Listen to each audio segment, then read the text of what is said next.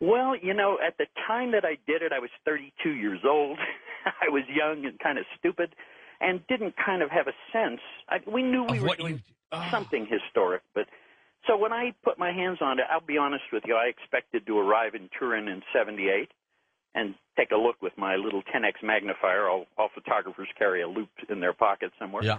And I expected to take a look and see the paint and the brush strokes and be done and go home and say, well, I went to Italy, It took about 5 minutes after it was laid out before us with my magnifier to realize that in the image areas, there's no particulates, there's no binders, there's no pigment. As a matter of fact, up close, it's very difficult to see the difference between the image and the background. It's only at a distance or when the shroud is photographed and the contrast increased that the image becomes as clear as the familiar image we're used to seeing. So, do you think, though, Barrie, if you touched it today, mm-hmm. would you feel this awe, this incredible feeling? Well, I'm sort of biased now, George. I mean, I've got 32 years under my belt in studying this object, something I never even wanted to be a part of, and we can talk about that. I would certainly consider myself very privileged, as I do for having been given that first opportunity.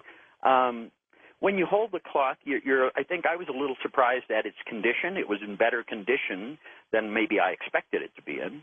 But you also have to remember this cloth has been cherished for many centuries and taken care of pretty well. Mm-hmm. And so although there were times when it was displayed hanging from a balcony with weights on the end of it to keep it from flapping in the breeze, not since probably the 15th or 16th century had they done that.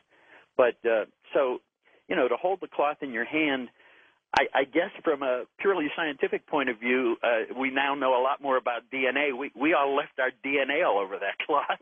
And so I would strongly urge us not to put our hands on it without particular proper clothing, gloves, and that kind of thing, just because the DNA that's on the cloth represents anybody who's ever breathed on it, leaned over it, touched it. Oh, that's a good point. So the contamination factor is so vast that, when you talk about DNA and cloning Jesus from the blood of the shroud, well, in 2002, there was a restoration done on the shroud, and a Swiss textile expert, Madame Fleury Lemberg, spent 31 days handling the cloth, again, without gloves, without a mask or anything, breathing on it. So I'm afraid if we were to do a DNA analysis of the majority of DNA that's immediately found on the shroud, we would find it comes from a Swiss woman instead of a first-century man. Yeah, so I think DNA is one of the things that people like to know about because we hear about it every day on our TV programs, but I think it's one of the things that may never yield any kind of viable conclusive result just because of the contamination factor, notwithstanding the fact that the DNA analysis that has been done on the shroud shows that it is male, it is human, and the DNA is so degraded, which one would expect from at least 700-year-old, if not 2,000-year-old DNA, that no DNA profile could ever be determined, so no DNA analysis could be performed, remembering that DNA analysis is primarily a comparative analysis where you're comparing one sample of DNA to another. Well, we don't have a sample of the DNA of Jesus, so we have nothing to compare it to. Good point. Barrie, we've got a lot of people who know about the Shroud of Turin, obviously, but sure. We got some people who are in their 20s and they don't know what the Shroud of Turin is. Sure. Just take a few minutes and tell us what it is. Well, the Shroud of Turin is a 14.5-foot long, 3.5-foot wide sheet of ancient woven linen. It's a herringbone weave, 3/2 twill, I think it's called. Not typical of a inexpensive cloth, but more typical of an expensive first-century cloth.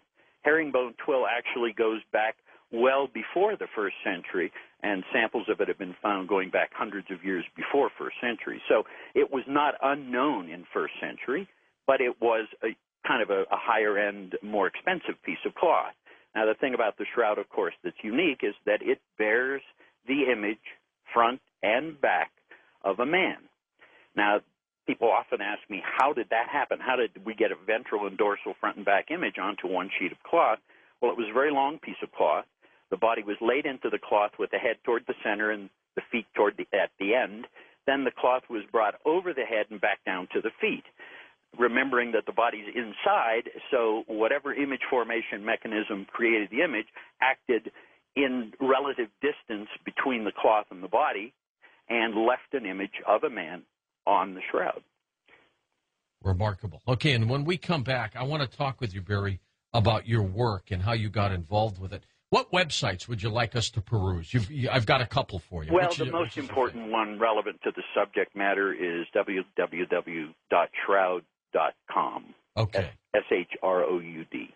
When we come back, we'll talk about Barrie's work as the official documenting photographer of the Shroud of Turin Research Project, and we'll also get into why people believe it is indeed the image of Jesus. I'm George Norrie, and we'll be back in a moment on Coast to Coast AM.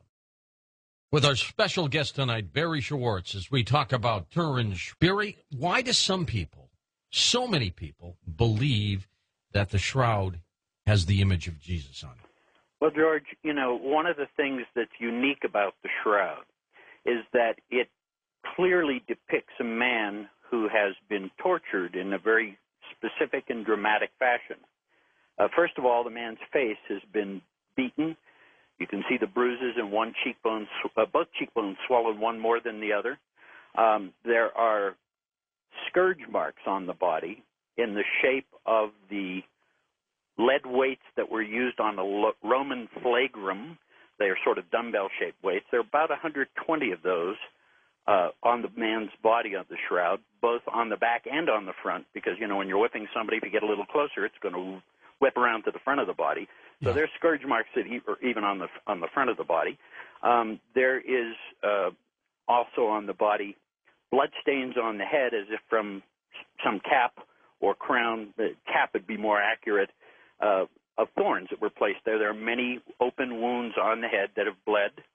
Now, was that standard torture procedure in that day? It was not. It was not. As a matter of fact, that's one of the issues that sort of hooked me into it a little bit because, the Romans crucified, and by the way, there are crucifixion wounds in the wrists and in the feet, and there is a large spear wound in the side. Now, the crucifixion wounds, common because they crucified thousands of people. Even the spear in the side might have been done from time to time to see if a victim was still alive, or to make sure, or to finish them off, perhaps. Even the scourging might have been common at that point in time. But the crowning with a cap of thorns, to me, in my mind, the only person that we know of in any kind of documented history, and we have 4 gospel accounts that generally tell the story of what happened to Jesus and are reasonably consistent in that specific area particularly. And that's the thing that sort of leads people to accept that this is the cloth that wrapped the body of Jesus after he was taken from the cross.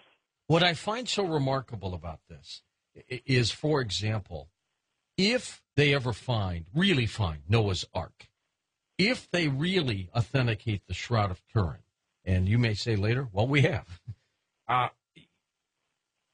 it really tells you that the stories in the Bible, which talk about these incredible events, probably is true. Now, I know on faith we can all assume it's true. But when you start seeing the hard evidence, like they find the Ark, or they find the Shroud of Turin and authenticate it, then you begin to say, you know what, the whole thing could be true. And that, to me, Barrie, is the incredible story. Well, I think there's certainly a basis of truth in the Bible. I mean, obviously, it may not be, it's certainly not exactly a history book, although I know there are people who would disagree with that. But from my point of view, when we talk about the Shroud of Turin, George, science will never be able to prove who that man is. So the ability to truly authenticate it, the way we would using modern forensic techniques with a serial killer or something like that, we're never going to be able to do that. We can never prove who the man on the shroud is, and I typically say in my lectures that even if we had Jesus' mugshot and DNA and fingerprints, there would still be skeptics. So so I don't know that we can ever truly and absolutely authenticate it.